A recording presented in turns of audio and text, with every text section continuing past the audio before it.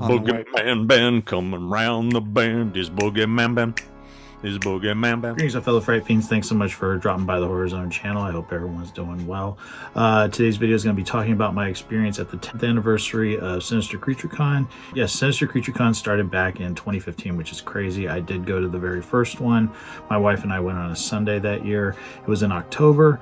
That was before they started having summer shows. And, it was a lot of fun going to this one. I really needed it. It was just a great escape going to a horror con. It's the first one I've gone to this year. The last time I went to a con was back on February 1st. I went to the East Bay Comic Con where I met Michael Biehn, just a fantastic actor, and I met up with my good friend John Russell. Today I didn't get to see as many friends, which was a little sad. John was originally going to go to this con. He couldn't make it. Also, my friends over at Forever Midnight, like Brian Henderson, wasn't able to make it as well. Talked to my friend Danny and Bex. They couldn't go. My friend Raina was there. She was actually the handler for David Howard Thornton, of course, who plays Art the Clown, and his line was massive, so I didn't really get to talk to her. I did see my friend Brian Jones, who is one of the people that puts on the con. Last year he was there as a rep for Darren Ewing from the movie Troll 2, and he came out to say hi to Jackie and I, my wife, and that was really nice to see him. Primarily went this year to meet three people. There was a lot of great actors that were there, a lot of great performance artists that I really greatly respect, but again, I always go on a budget and I can only afford so much, and you know, it's a little expensive meeting some of these people, but it's so worth it, especially if it's someone that I've admired for a great deal of time. So the first person I wanted to meet was Danielle Harris. She was at Halloween 45, but I spent a lot of money going to that, and I just didn't have the chance to meet her because the primary people I wanted to meet at that one were Stacey Nelkin, who played Ellie Grimbridge from Halloween 3, Anthony Michael Hall, who I was just a fan of from everything, but he played Tommy Doyle in Halloween Kills, and then of course the amazing, the legend that is Dick Warlock, who played Michael Myers in Halloween 2. He played one of the suits in Halloween 3. Those are the ones I went to meet, and I also met Christopher Nelson, makeup effects artists. Of course, one half of the thing with two heads was Sean Clark. So I wanted to meet all those people. I got to meet them, and that was a blast. So I didn't get to meet Danielle then, but I got to meet her today, and I had her sign my Halloween 5, The Revenge of Michael Myers. This is from the Scream Factory, Shout Factory, Scream Factory box set that came out in 2014. I met Don Shanks at the Sinister CreatureCon that took place in Roseville back in August of 2021. He was very nice. Remember, he was hard of hearing. He couldn't hear me very well, and I actually got a picture, autographed picture of him signed from my good friend Celeste, who was a big fan of the film as well. So she signed it. It says, "To Ben, Happy Halloween, Danielle Harris." Jamie, she was very nice. I did talk to her about, you know, saying Halloween 4 was the first one I saw in the theater and how good she was, you know, and I was just, at the time I was 14, and how much she reminded me of my cousin at the time, and that, you know, I love the fact that she got to work with Donald Pleasance. I said that, you know, just how cool that must have been, and she said it was an honor and everything, and we started talking about some other things. She's done a movie with Scout Taylor Compton, who's her co-host on Talk Scary to Me, her podcast. She said that they've made a movie together. We talked about, you know, I talked to her about, you know, how much I love the Hatchet films, as well as the Rob Zombie Halloween films, especially Halloween 2, which I don't think gets enough praise. And she said she really loves the director's cut. And we talked about the scenes in the kitchen with her and Scout and how good they were. And that's how she brought up that they had made a movie together. So that was cool, and she was very nice and lovely to be around. You know, it's kind of, you know, you build yourself up to sometimes talk to these people, and it kind of overwhelms you when you're actually standing there and they're right in front of you.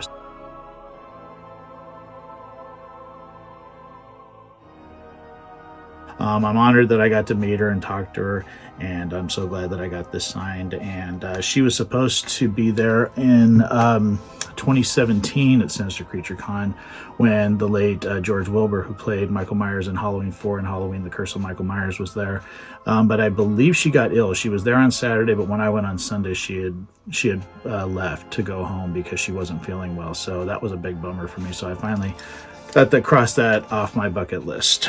The next person person I went to meet was Miko Hughes, another person that I tried to meet in 2015 when I was there for the first Sinister CreatureCon. He was actually sat right next to Nathan Basil, who played Leslie Vernon in Behind the Mask. My wife and I had to leave because of a personal matter, so we didn't get to see him. So after meeting Danielle, I went and tracked Miko down and had him sign my Pet Cemetery Gage and Church. This is the Walmart glow-in-the-dark exclusive. He said, "To Ben, no fair." Miko Hughes, aka Gage. Very nice to talk to him. We talked about Pet Cemetery. We talked about the remake a little bit, but I just said, how much that movie affected me. And he was only 2 years old when they filmed that movie.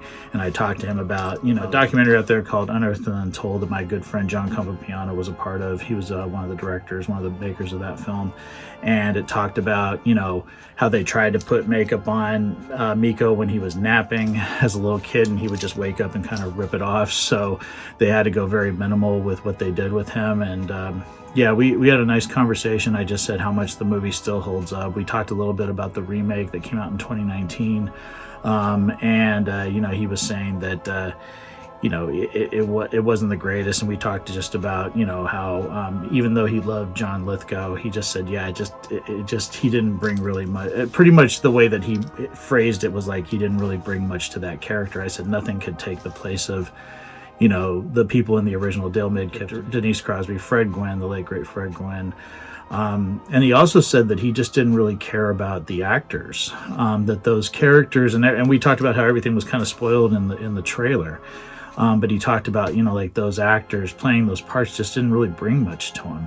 So it was hard to care for them when things started going on, because it is, in his words, a family tragedy. That's what the whole movie is about. So, yeah, it was really nice talking to him, and he's a really nice guy, and I'm glad I finally had the honor of telling him just how much that movie and that role meant to me, and just how that scene in the road just still gets me every time I watch it, and that I got to see it for my 15th birthday when several of my friends took me to see it at the movie theater. So, yeah, great experience, and he was a terrific guy. Really an honor meeting him.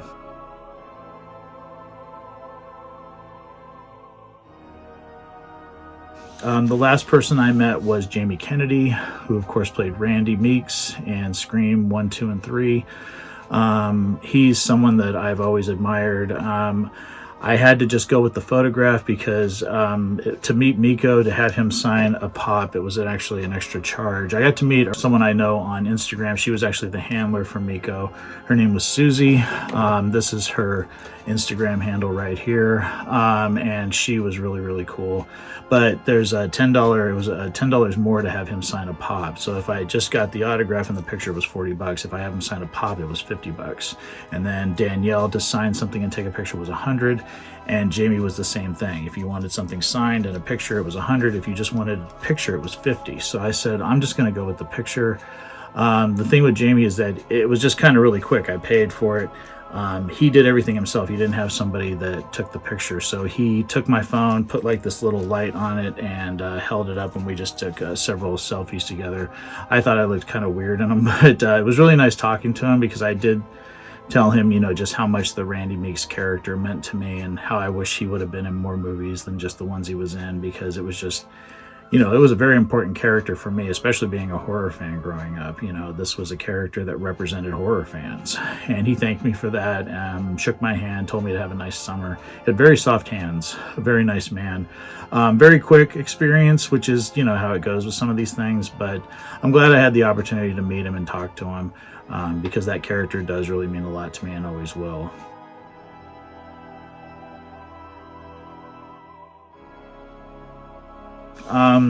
Some other things, we just walked around the grounds, didn't really buy anything. My wife bought a little handmade like purse or a little handmade bag from somebody that she follows on Instagram, but that was it. I didn't really buy anything else because I spent $200 on autographs, but it was still a great time.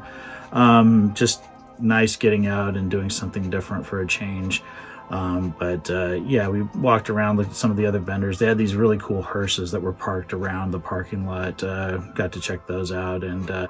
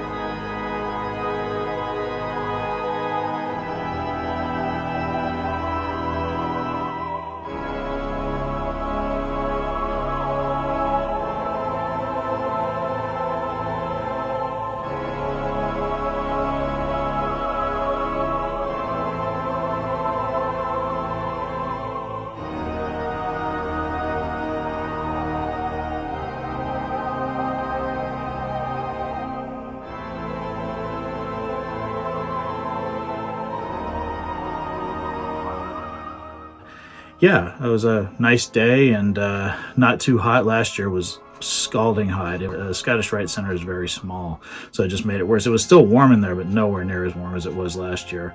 But David Howard Thornton's line was insane, and I'm very happy for him. I'm very happy that Art the Clown has taken off as it has, and he has that huge following because he deserves it. He's a good dude. I met him back in 2019 when the first Terrifier had just been out for a couple years, and I had just seen it in 2018, and you know, they were just getting ready to start moving forward with the second movie, which kind of got delayed a little bit because of the pandemic.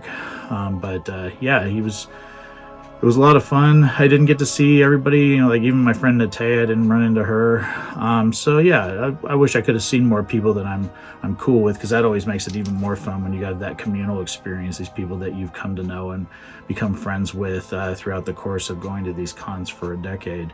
But still had a great experience, and there are a couple more cons that I might be going to this summer, primarily in August. I'll have to see what my funds look like, but yeah, I always look forward to it, and I would look forward to the Sinister Creature Con, the Sinister Halloween Con that'll be coming up in October. So let me know what you guys think about the autographs and everything that I got. Had a great day. Nice seeing some of these icons that I've admired for so many years.